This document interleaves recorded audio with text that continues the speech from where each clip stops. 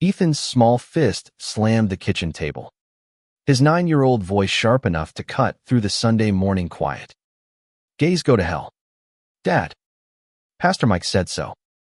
The words hung in the air like smoke, choking James as he stood frozen, coffee mug trembling in his hand. In their modest Ohio home, where the scent of pancakes still lingered, James felt the ground shift beneath him. His son is stepson, technically, but every bit his own had just hurled a dagger of hate, one sharpened by the church they'd trusted for years. Lucas, James's partner of 5 years, sat across the table, his fork suspended midair, brown eyes wide with a pain James knew too well. Ethan, James said, his voice low, steady, though his heart raced. Where'd you hear that kind of talk? He set the mug down, the clink against the wood too loud in the tense silence. Ethan's freckled face scrunched up, defiant but unsure, his small body rigid in the chair. Pastor Mike's sermon. He said it's in the Bible. You and Lucas are. You're sinning. Ethan's voice wavered, like he was reciting a script he didn't fully understand. James glanced at Lucas, whose jaw tightened, but he stayed silent, letting James take the lead.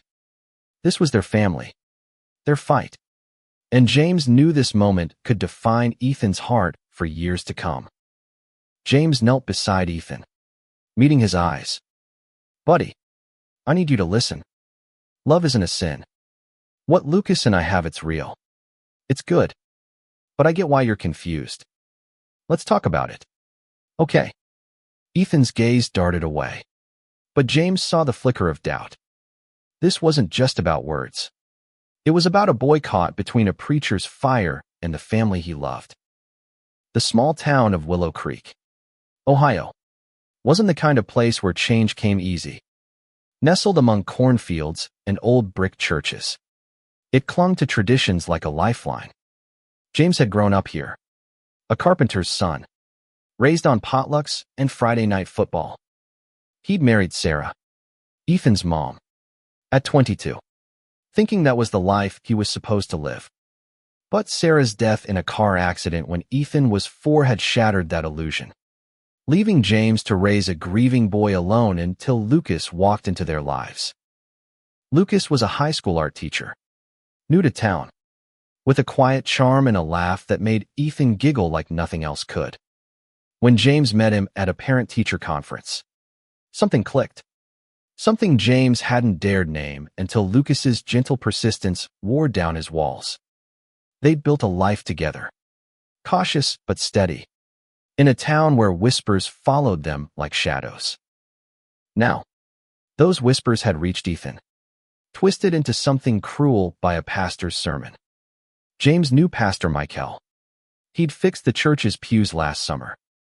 The man wasn't malicious, just rigid, preaching a gospel that left no room for people like James and Lucas. But Ethan was 9, impressionable, and the words had stuck. Ethan, Lucas finally spoke, his voice soft but firm. Do you think I'm a bad person? Ethan's eyes widened, and he shook his head, quick and instinctive. No. You're Lucas. You help me with my drawings. Lucas smiled, but it didn't reach his eyes. Then why would God send me somewhere bad for loving your dad? Ethan didn't answer, his small hands twisting the hem of his shirt. James felt a surge of protectiveness for Ethan, for Lucas, for the fragile family they'd built. He stood, pulling Ethan into a hug. We're going to figure this out together. Okay. No one's going to hell. Not me. Not Lucas. Not you.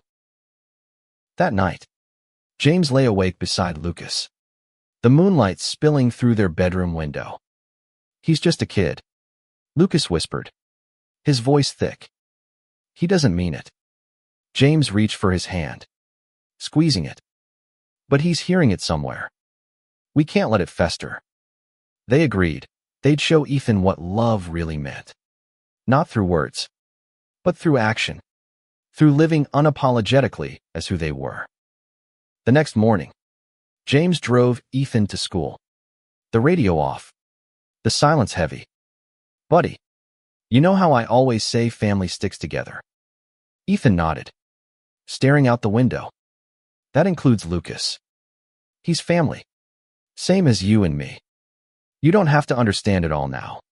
But I need you to trust me. Can you do that?" Ethan's voice was small. "I don't want you to go to hell, Dad." James's throat tightened, but he kept his eyes on the road. "I'm not going anywhere, Ethan. And neither is Lucas. We're right here, loving you." At school, James watched Ethan run to his friends, his backpack bouncing. He knew this was only the beginning. Pastor Mike's words weren't just a sermon, they were a challenge. One that could tear their family apart or make it stronger. James wasn't a fighter by nature. But for Ethan and Lucas, he'd take on the whole damn town if he had to. The following week, James and Lucas decided to tackle the issue head-on. But gently. They didn't want to overwhelm Ethan or make him feel cornered. Instead, they planned a family day. Something to remind him of the bond they shared. James suggested a hike in the nearby state park. A place Ethan loved for its winding trails and hidden creeks. Lucas packed a picnic, slipping in Ethan's favorite peanut butter cookies, hoping small gestures could chip away at the confusion in his heart. As they walked the trail, Ethan darted ahead, picking up sticks and tossing pebbles into the stream. James watched him, his small frame so full of energy, and felt a pang of fear. What if they couldn't reach him? What if Pastor Mike's words had taken root too deep? Lucas, sensing James's worry, nudged his shoulder. "He's still our Ethan. Kids question things. We just have to be there when he does." At the picnic, Ethan sat cross-legged on the blanket, munching cookies while Lucas sketched the trees in his notebook. "Can I draw too?" Ethan asked, scooting closer. Lucas handed him a pencil, and soon they were both lost in their sketches, laughing when Ethan's attempt at a squirrel looked more like a lumpy potato. James watched, his heart swelling. This was what he wanted Ethan to see: love in the quiet moments, in the way Lucas's patience brought out Ethan's creativity. But the moment was fleeting. That evening, as they drove home, Ethan's mood shifted. "Tommy's dad said you two shouldn't be allowed to live together," he blurted, staring at his sneakers. James gripped the steering wheel, his knuckles whitening. Tommy's dad, Greg, was a deacon at the church, a man who wore his piety like a badge. What else did Tommy's dad say? James asked, keeping his tone even. Ethan shrugged. Just that it's not normal. That God made men and women to be together. Not like you and Lucas. Lucas reached back from the passenger seat, touching Ethan's knee. "Ethan, normal's just a word. It doesn't mean right or wrong. Your dad and I love each other. And we love you. That's what makes us a family." Ethan didn't respond. But his silence wasn't defiancy, it was confusion. A boy wrestling with ideas too big for his 9 years. James knew they couldn't shield Ethan from the town's opinions, but they could give him something to hold on to. That night, they started a new tradition, family story time. Lucas read aloud from a book about a boy with 2 dads, a story James had found online, carefully chosen to mirror their lives without preaching. Ethan listened, his eyes wide, occasionally glancing at James and Lucas as if seeing them anew. The next Sunday, James made a choice. They'd go to church, not to confront Pastor Mike, but to show Ethan they weren't ashamed. Walking into Willow Creek Baptist, James felt every eye on them. Lucas held his hand, a small but defiant act, and Ethan walked between them, clutching James's other hand. The sermon was on forgiveness, but James caught the subtle barbs in Pastor Mike's words, references to traditional family that felt like coded warnings. Ethan fidgeted, glancing at his dad's. and James wondered what was going through his mind. After the service, Greg approached, his smile tight. "Good to see you, James." Ethan's growing fast. His eyes flicked to Lucas, then away. "Hope you're raising him right." James's jaw clenched, but he forced a nod. "Doing our best, Greg. Ethan's a good kid." As they left, Ethan whispered, "Why does Tommy's dad look at you like that?" James knelt, meeting his eyes. "Some people don't understand us, buddy. But that's their problem, not ours." Back home, Lucas suggested they invite Ethan's best friend, Mia, over for a movie night. Mia's mom, Rachel, was one of the few in town who'd welcome James and Lucas without hesitation. When Mia arrived, she and Ethan sprawled on the couch, giggling through a Pixar film while James and Lucas cooked dinner. Rachel stayed for a glass of wine, her presence a reminder that not everyone in Willow Creek saw them as outsiders. "Kids talk," Rachel said quietly, glancing at Ethan and Mia. "Mia told me what Ethan said about, you know." She didn't understand why he was so upset. James sighed, rubbing his neck. "It's Pastor Mike. He's filling Ethan's head with ideas we're trying to undo." Rachel nodded, her expression soft. "You're good dads. Ethan's lucky. He'll see that." As the night wound down, Ethan fell asleep on the couch, his head on Lucas's lap. James carried him to bed, tucking him in with a kiss on the forehead. "We're doing this right, aren't we?" he asked Lucas later, doubt creeping in. Lucas wrapped his arms around him. "We're showing him love, James. That's always right." Weeks passed, and the tension in the house ebbed and flowed. Ethan's questions came in bursts, sometimes curious, sometimes accusatory, always raw. "Why don't you and Lucas get married like Mom and you did?" he asked one evening, his voice small as they washed dishes together. James paused, the sponge dripping in his hand. "We want to, buddy. But it's complicated. Some people don't think we should be allowed." Ethan frowned, scrubbing a plate. "That's dumb. You love each other, right?" James's heart lifted. A small victory. "Yeah, we do. And we love you, too." Ethan nodded, but James could see the wheels turning, the clash between his dad's love and the sermons still echoing in his mind. At school, Ethan faced his own battles. Tommy, egged on by his father, had started teasing him, calling James and Lucas weirdos. One day, Ethan came home with a split lip, his eyes red from crying. "Tommy said you're not my real dad," he told James, his voice trembling. "He said Lucas is making you sin."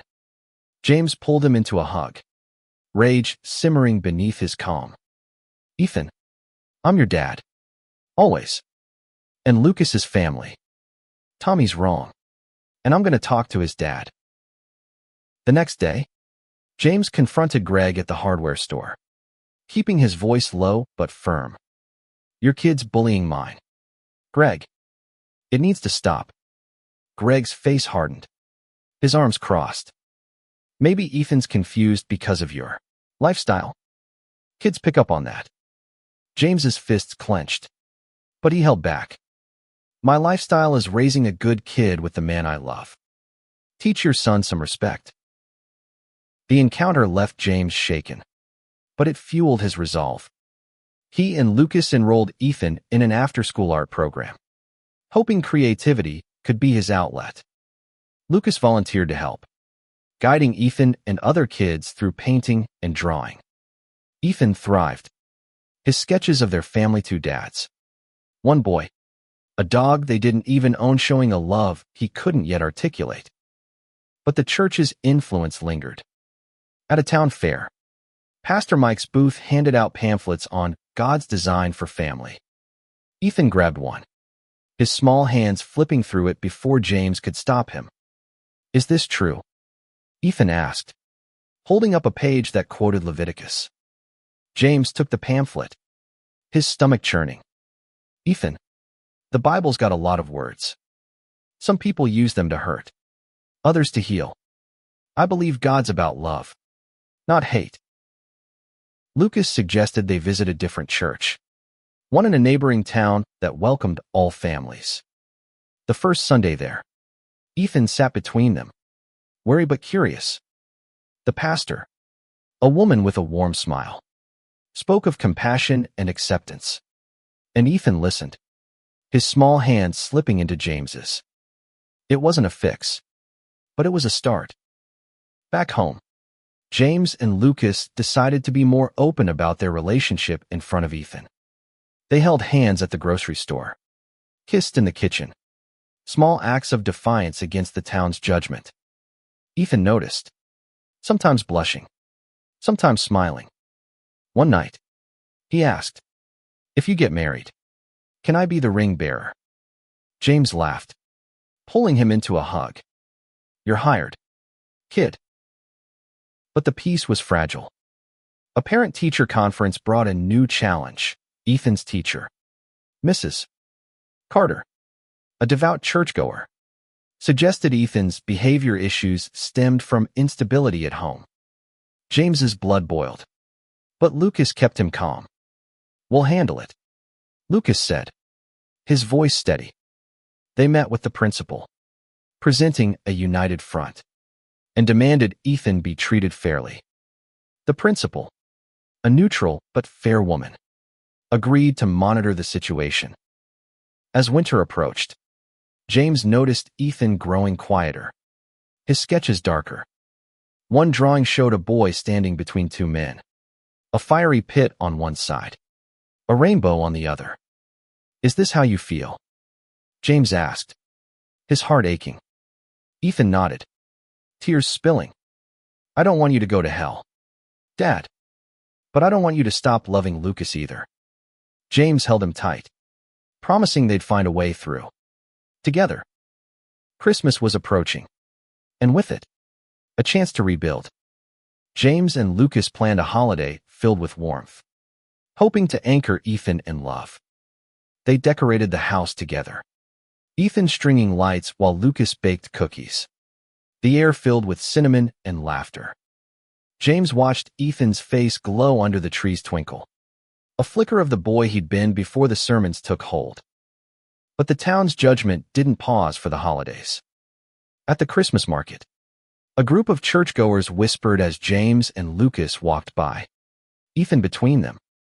Ethan's eyes darted to the ground, his hand tightening in James's. "Why do they stare?" he whispered. James knelt, forcing a smile. "Some people don't know us, buddy. But we know who we are. That's enough." Lucas suggested they volunteer at the town's soup kitchen, a chance to show Ethan the value of kindness. They spent a Saturday serving meals, Ethan ladling soup with a shy smile. An older man, a regular, thanked Lucas with a handshake, saying, "You've got a good family." Ethan beamed, and James felt a spark of hope. Maybe actions could speak louder than sermons. But the past lingered. Ethan's nightmare started, waking him in tears, muttering about fire and punishment. James and Lucas took turns comforting him, promising he was safe, loved. One night, Ethan clung to James, sobbing. "What if Pastor Mike's right? What if God hates you?" James's heart broke, but he held Ethan close. "God made me, Ethan. He made Lucas. He made our love. How could he hate that?" They sought help from a child therapist, Dr. Ellis, recommended by Rachel. Dr. Ellis was kind, with a knack for getting Ethan to open up through drawing. In one session, Ethan sketched a church with flames around it, his dad standing outside, holding hands. "This is what scares me," he said, pointing to the flames. Dr. Ellis nodded, guiding him to draw what he wanted instead: a house, a family, no fire. James watched, grateful but aching, knowing this fear wasn't Ethan's alone but the town's, seeping into his young heart. At school, the bullying escalated. Tommy and a few others cornered Ethan at recess, chanting slurs they'd learned from their parents. Ethan fought back, earning a suspension. When James picked him up, Ethan's defiance masked his hurt. "They said you're not normal," he muttered. James took a deep breath. "Normal's overrated. Ethan, we're us.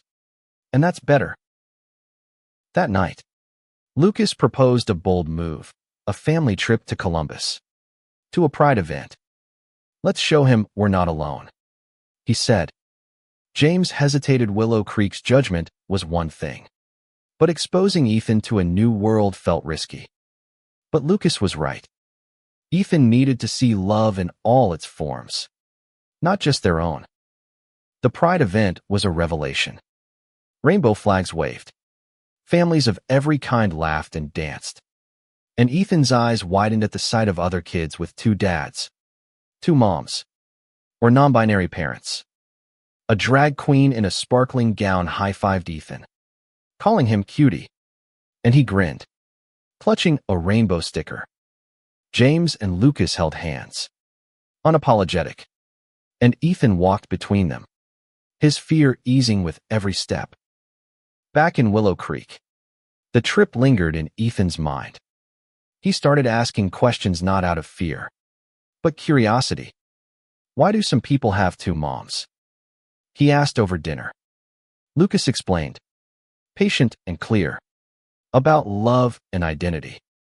Ethan listened, nodding, his world expanding. But the town wasn't ready to expand with him.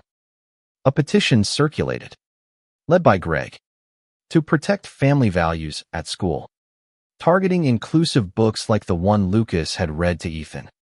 James attended the school board meeting, his heart pounding, and spoke up. "My son deserves to feel safe," he said, his voice steady despite the glares. "So does every kid, no matter who their parents are." A few clapped, including Rachel, but the room was divided. As they left, Ethan grabbed James's hand. "You were brave, Dad." James smiled, his throat tight. "So are you, buddy." The fight was far from over, but Ethan's words were a lifeline, a sign they were reaching him. Winter turned to spring, and with it came a fragile hope. Ethan's nightmares lessened, replaced by moments of joy playing catch with James, painting with Lucas, even asking to visit the pride event again.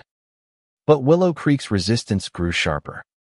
The petition gained traction, and Pastor Mike's sermons leaned harder into traditional values, each word a subtle jab at families like theirs.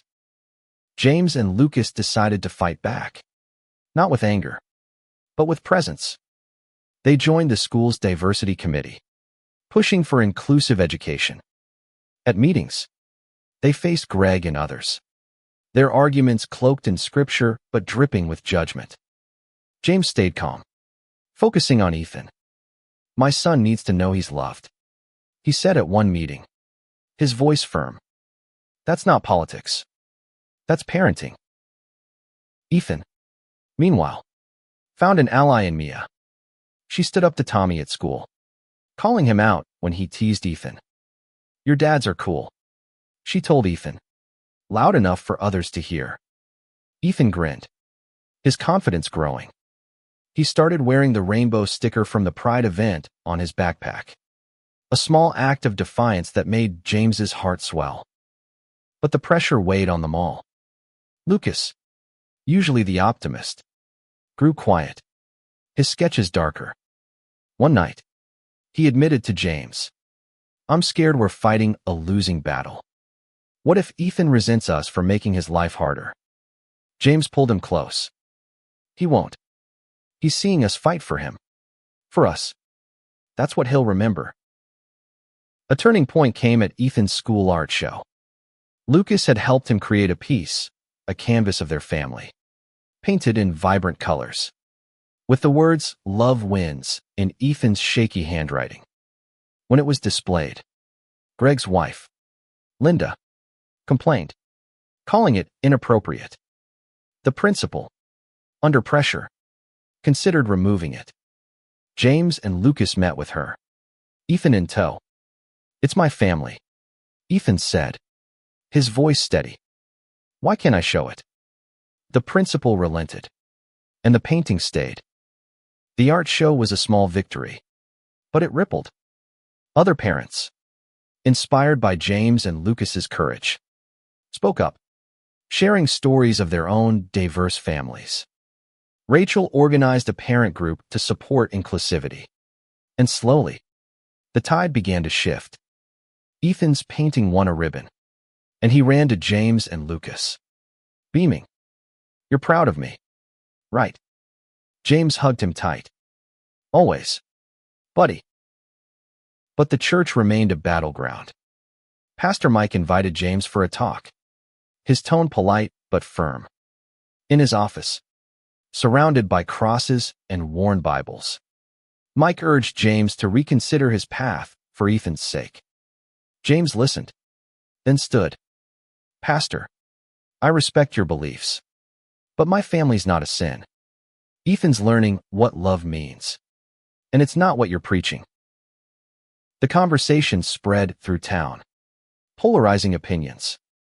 Some, like Rachel, rallied behind James and Lucas, while others, like Greg, doubled down. Ethan felt the divide at school, where Tommy's taunts grew crueler. One day, Ethan came home with a black eye, refusing to talk. Dr. Ellis helped him open up, revealing Tommy had called Lucas a slur. James's rage flared, but Lucas calmed him. "We can't fight hate with hate. Let's show Ethan how to rise above it." They did just that. Lucas organized a community art project, inviting kids to paint murals about family. Ethan and Mia worked side by side, their mural a bright collage of diverse families. At the unveiling, Ethan spoke, his voice small but clear. "This is my family," he said, pointing to James and Lucas in the painting. "They love me, and I love them." The crowd was quiet. Then a few clapped. Then more. James's eyes stung with pride. As spring bloomed, Ethan's heart seemed to bloom too.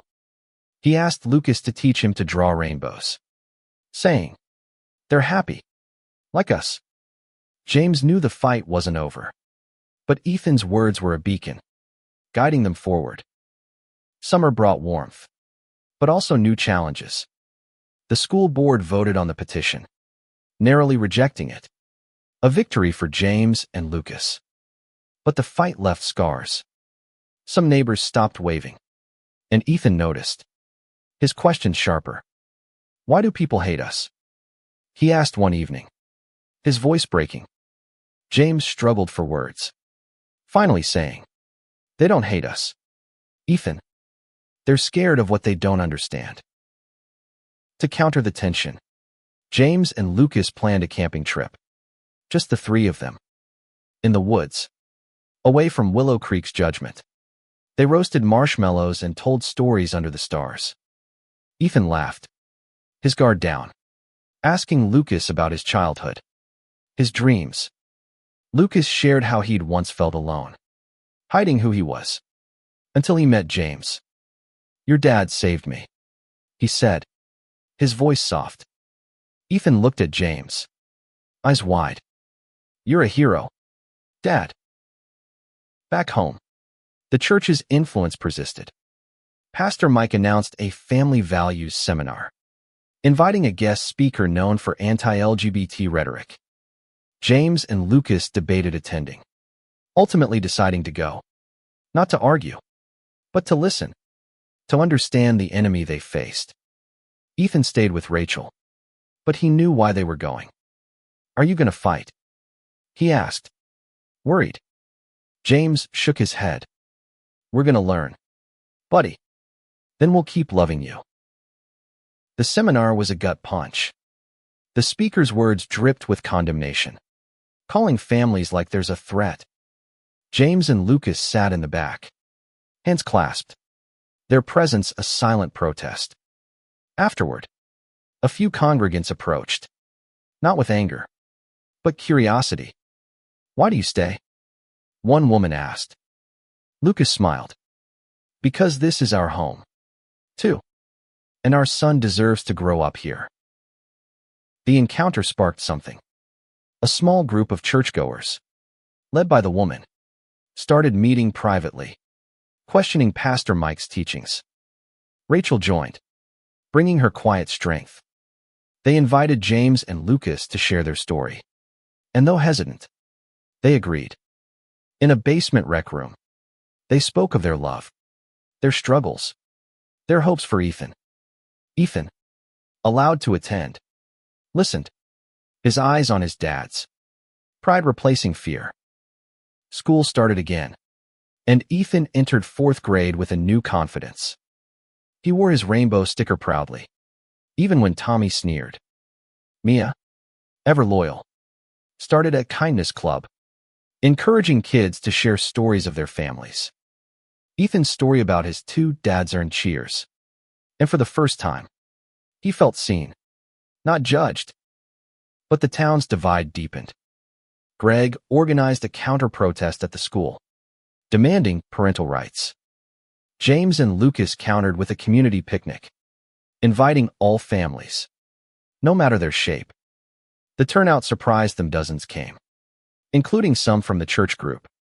Ethan ran through the grass, laughing with Mia, while James and Lucas watched, their hands entwined. That night, Ethan drew a new picture, 3 figures under a rainbow. No flames in sight. "This is us," he said, handing it to James. "No more bad stuff." James's throat tightened, and he hugged Ethan, feeling the weight of their journey lift. Just a little. The progress was real, but fragile. At a town hall, Greg confronted James publicly, accusing him of confusing Ethan. James stood tall, his voice steady. "I'm raising my son to love, not hate. If that confuses anyone, that's their problem." The room was split, but Ethan, watching from the front row, clapped, his small hands loud in the silence. As fall approached, James and Lucas planned a commitment ceremony, not a legal marriage, but a promise to each other and Ethan. They wanted him to see their love as a choice, a vow. Ethan, excited, insisted on helping, picking flowers and practicing his ring-bearer walk. The ceremony was small, held in Rachel's backyard, with Mia and a few allies present. Ethan stood proud, handing them the rings, his smile brighter than the sun. The commitment ceremony marked a turning point, but not an end.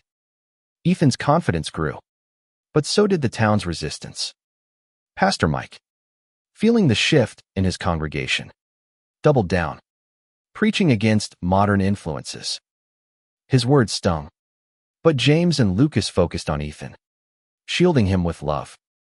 At school, Ethan's kindness club gained traction, drawing kids from all backgrounds. He and Mia led discussions, sharing stories of love and acceptance.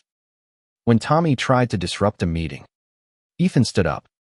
"You don't get it, Tommy. My dads are awesome." Tommy, caught off guard, backed down, and a few kids cheered. James, hearing about it from Mia's mom, felt a surge of pride. But the fight wasn't just Ethan's. James and Lucas faced vandalism, a broken window at their house, a slur scrawled on their mailbox. They reported it, but the police, friends of Greg, dragged their feet. Lucas painted over the slur, turning it into a rainbow mural. Ethan helping with the colors.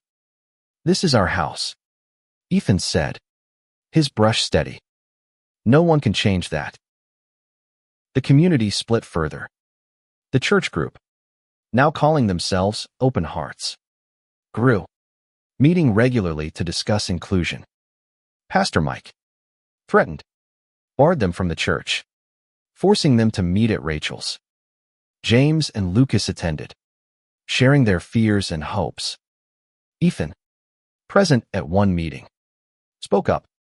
I used to think my dads were wrong. But they're not. They love me. The room fell silent, then erupted in support. Strangers hugging a boy who'd become their symbol of change. School brought new challenges. Mrs. Carter, Ethan's teacher, gave him low marks on a project about family, citing inappropriate content. James and Lucas met with the principal, who sided with them, warning Mrs. Carter. Ethan, unaware of the fight, kept drawing, his art a shield against hate. Lucas framed his latest paisea family under a tree, rainbows in the branches, and hung it in the living room. The town's tension peaked at a fall festival. Greg's group set up a booth, handing out anti-LGBT flyers. James and Lucas countered with a booth for open hearts, offering cookies and stories of diverse families. Ethan and Mia manned it, passing out rainbow stickers. When Greg approached, his face red, James stood firm. This is for our kids. Greg, let them be kids. Greg stormed off, but his booth drew fewer visitors than theirs. Ethan's growth was undeniable. He started asking about Pride history, about Stonewall, about why some people fought so hard against love. Lucas, ever the teacher, explained, keeping it age-appropriate. Ethan listened, then said, I want to be like those people, the ones who fought for you. James's eyes stung, and he pulled Ethan into a hug. You already are, buddy. As winter loomed, James and Lucas reflected on their journey. They'd faced hate, fear, and doubt, but Ethan's heart was opening. They decided to host a holiday party, inviting open hearts and allies. The house filled with laughter, music, and warmth. Ethan at the center, telling stories of his dads. Rachel toasted them, saying, You're changing this town, one heart at a time. But change was slow. Pastor Mike's influence lingered, and Greg's group planned a protest at the school's winter concert. James and Lucas prepared Ethan, promising to be there. Ethan, nervous but determined, said, I'm going to sing loud. For you. James smiled, his heart full. We'll be listening, buddy. The concert was a battleground of sorts, but also a beacon. Ethan sang, his voice clear, and James and Lucas stood in the audience, hands clasped, unashamed. The song ended, and Ethan ran to them, his smile brighter than ever. Did you hear me? He asked. Lucas laughed, lifting him up. The whole world heard you, kid. The winter concert marked a shift, not just for Ethan, but for Willow Creek. The Open Hearts group grew, drawing more families, even some from Pastor Mike's congregation. The protest fizzled, overshadowed by the concert's joy. Ethan's voice, small but strong, lingered in James's mind as a symbol of their fight for love, for family, for a boy's heart. Spring brought renewal. Ethan, now 10, carried himself with a quiet confidence. He wore his rainbow sticker daily, no longer flinching at stares. At school, the Kindness Club became a fixture, with Mia and Ethan leading discussions on acceptance. Tommy, once a bully, joined reluctantly, his father's influence waning as his peers embraced change. James and Lucas continued their work with Open Hearts, hosting workshops on inclusion. They invited Dr. Ellis to speak, her insights helping parents understand their kids' fears. Pastor Mike, losing ground, softened his rhetoric, focusing on community rather than division. It wasn't a full victory, but it was progress. One day, Ethan came home with a letter from Tommy. I'm sorry. It read, in shaky handwriting. My dad was wrong. You're cool. Ethan grinned, showing it to James and Lucas. "He's not so bad," he said. James hugged him, amazed at his son's capacity to forgive. The school board, under pressure from open hearts, adopted an inclusive curriculum, including books about diverse families. Mrs. Carter retired early, and a new teacher, openly gay, took her place, welcomed by most. Ethan thrived, his art reflecting his joy-bright colors. Families of all kinds. No more flames. At home, James and Lucas planned a legal wedding, now possible with changing laws. They involved Ethan, letting him choose the cake flavor chocolate. Of course, the ceremony, held in a Columbus park, was bigger than their commitment ceremony, with Open Hearts members, Rachel, Mia, and even Tommy attending. Ethan, ring bearer again, walked proudly, his smile a beacon of their journey. As they exchanged vows, James looked at Lucas, then Ethan. "We're a family," he said, his voice breaking, "and we'll keep fighting for it."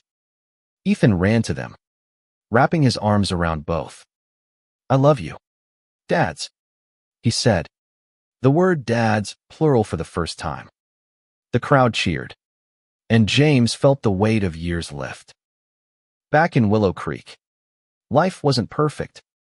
Some still whispered, and Greg's group lingered, but their influence faded.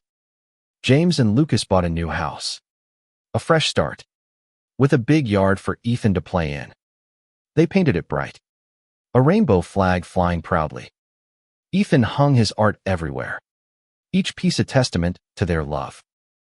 One evening, as they sat on the porch, Ethan sketching, James and Lucas holding hands. Ethan looked up. "I used to be scared," he said, "but I'm not anymore. You showed me what love means." James's eyes welled, and Lucas squeezed his hand. "You showed us, too," Lucas said. The town was changing, slowly, because of one boy's heart and two dads who refused to hide. Ethan, now a fifth grader, started a blog with Mia, sharing stories of kindness. It spread beyond Willow Creek, inspiring others. James and Lucas read it, proud, knowing their son was leading the way.